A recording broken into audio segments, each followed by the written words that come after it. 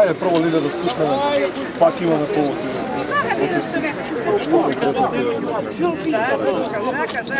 Како и секогаш, значи идемо да си ги бараме наши права и нема да престанеме све до остварување на нашите права. Наши барања се многу јасни и читки, да се обештети овај категорија на работници со 6000 денара за колко толку да можев да изиграва, а не да бидев нормални граѓани на овој општество.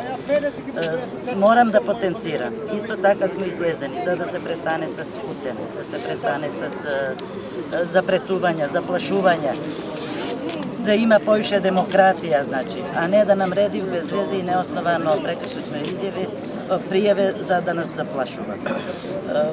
Јас можам и уште само да додам дека треба да земат пример сите, значи, градоначалници у сите градови каде што има стечајци како наш градоначалник господин Зоран Дамјановски и да се приклучат на стечени работници за да поможат на стечени работници побрзо да ги оствари своји права и да биде, значи, доследни, да ги помогне у субвенционирање за комуналije или било на кој начин да ги помогне на стечени работници. А не, ако се од владајќу партију, да се трзав на страну и да не ги интересира за оваа категорија на работници.